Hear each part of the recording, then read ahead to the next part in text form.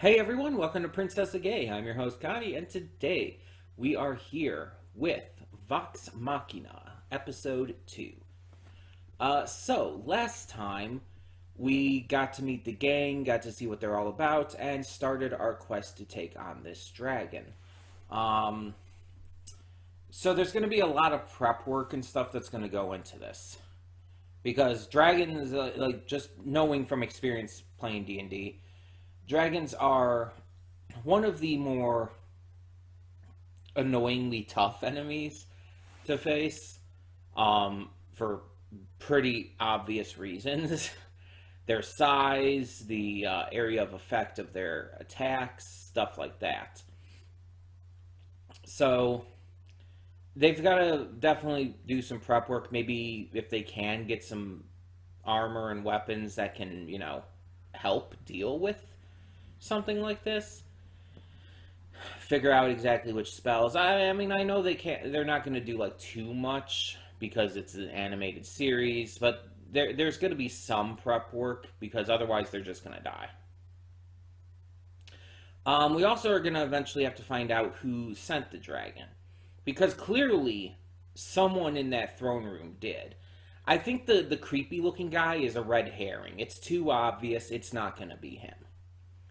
Um,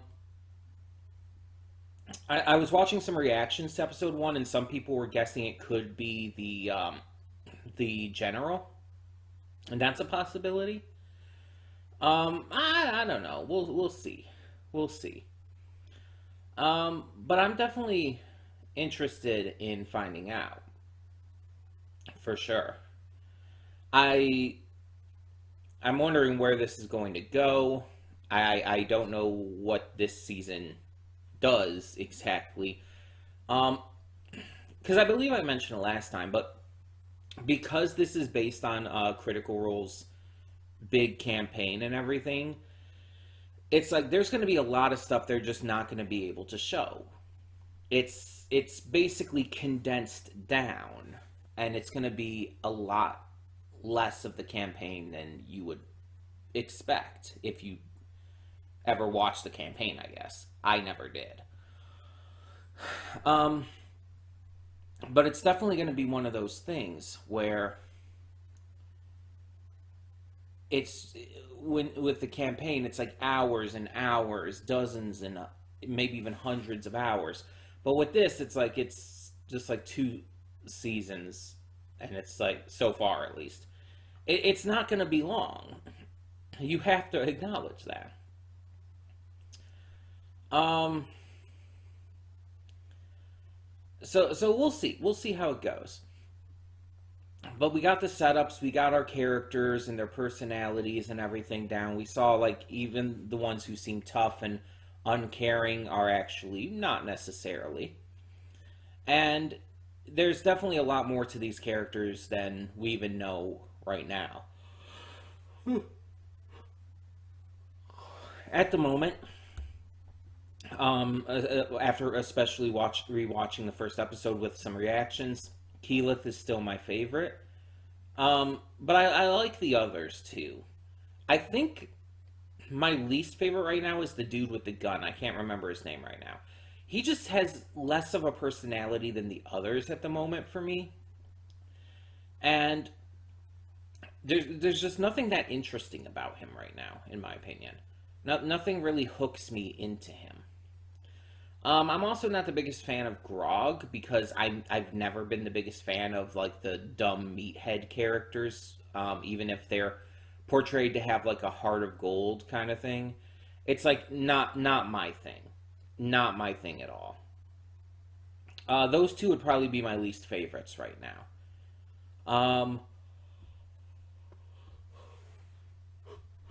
Excuse me.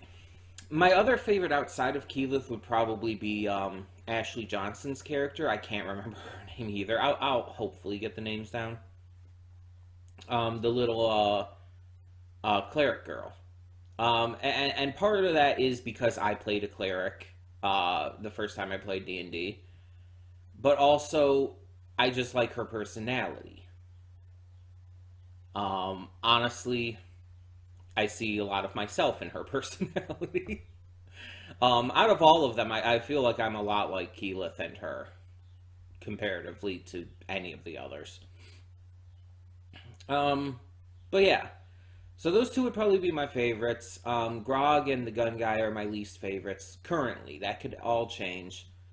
Um, we'll see how it goes.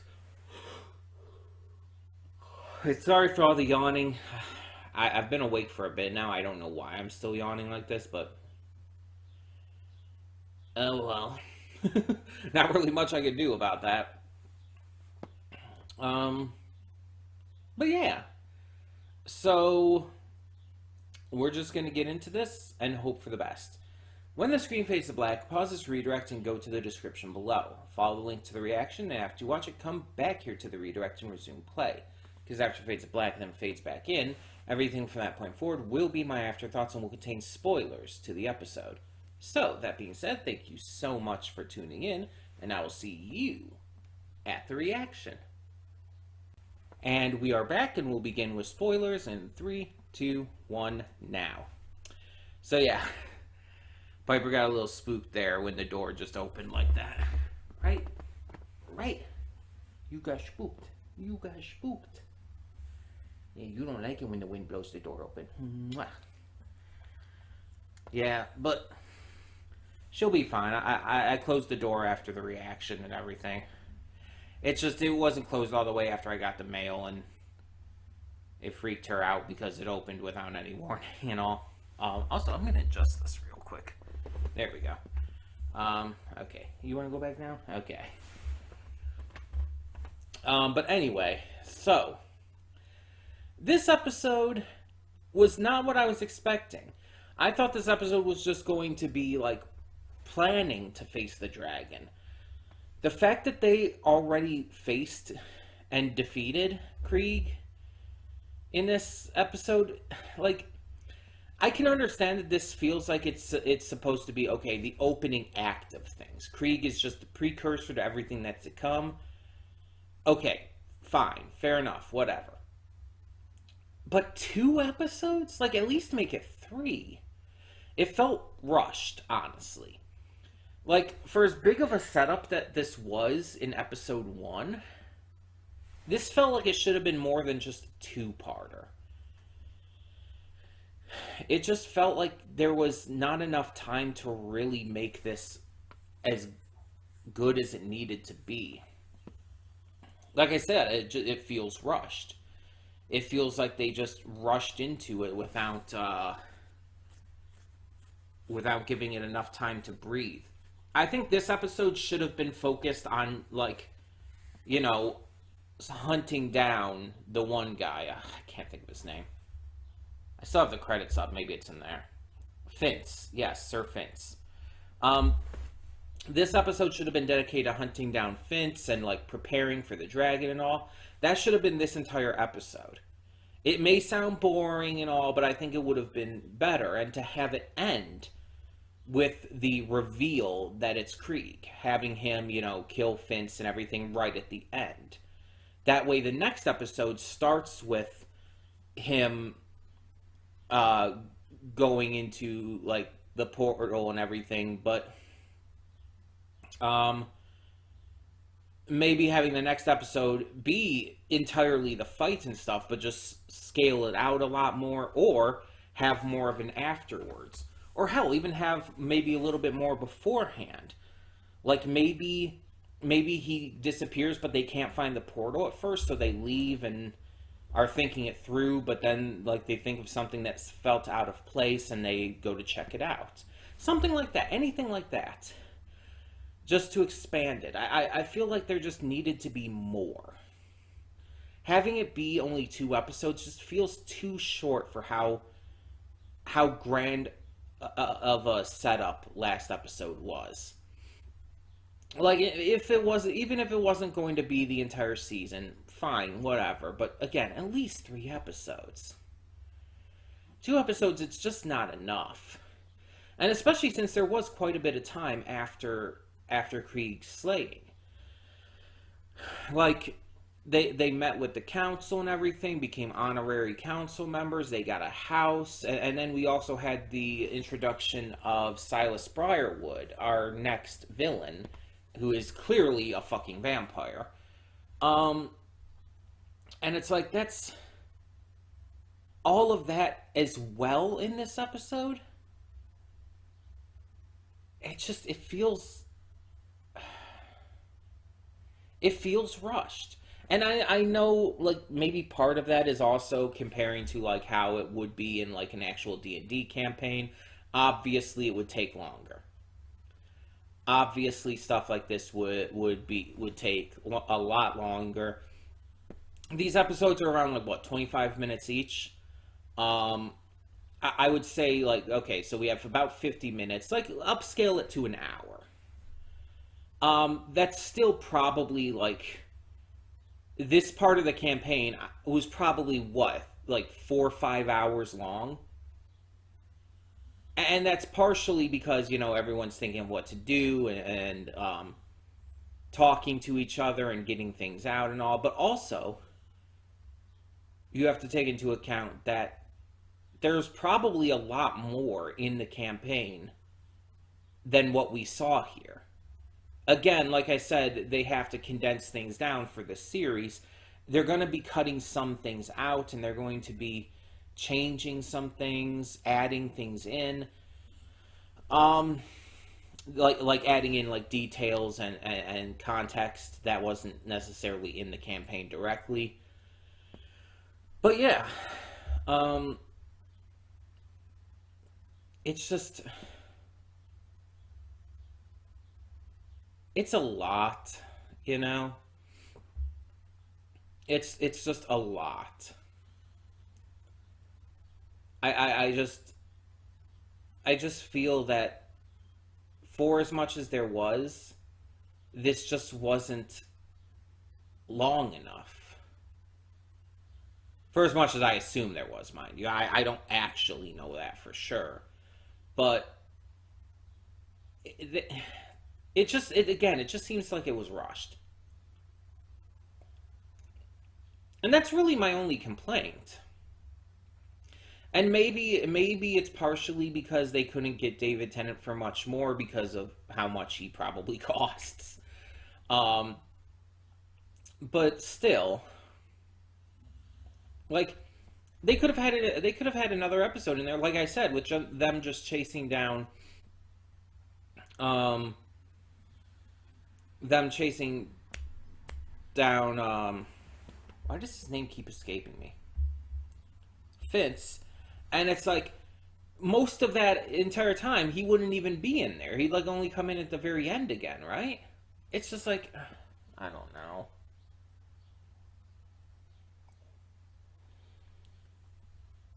Like I know I'm focusing heavily on this, but it's like it's genuinely kind of bothering me a little bit because it's like I feel like this was like a big scale thing that was going to really carry on throughout this season. And again, I'm fine with it not like, with it just being a precursor to things to come. I'm fine with that. But I feel like for as grand as the opening episode was in terms of how important and big this was, having it resolved in episode 2, even if there is more to come because of Krieg's connections, having Krieg and the dragon resolved in episode 2 just feels like it's too quick. It's just too quick. So yeah, it's like my only issue with this episode and everything, and so far really my only issue with the series. But it's a notable issue, I feel. Like it's not just some small nitpick or anything.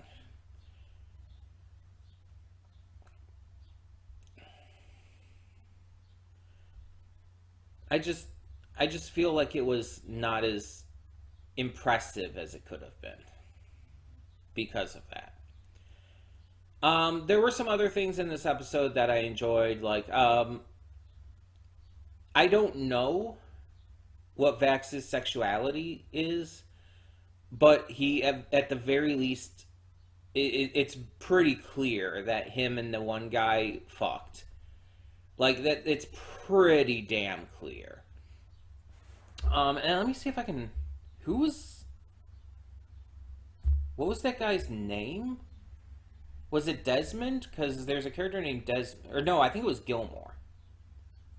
Gilmore, maybe? Let me see if I can find out. Vox Machina Gilmore. Let me see if I can find it real quick. Yeah, it was Gilmore. Okay. And Gilmore was voiced by Sunil Malhotra.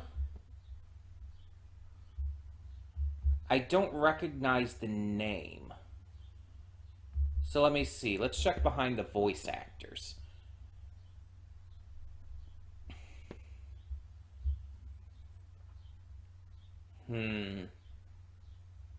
Anything I would know you for? Apparently he's Kung Lao in Mortal Kombat 11. So that's interesting. Okay, so I would know him for that. He has multiple random characters in Loud House. But it didn't look like anyone important. He's Prince Wu in The Legend of Korra? Oh shit. Okay, I definitely know him then. I know Prince Wu. Okay. Other than that, he actually hasn't been in a lot. Looks like he's done some additional voices in some various video games and stuff. He does not have a big cast list here, or credit list rather.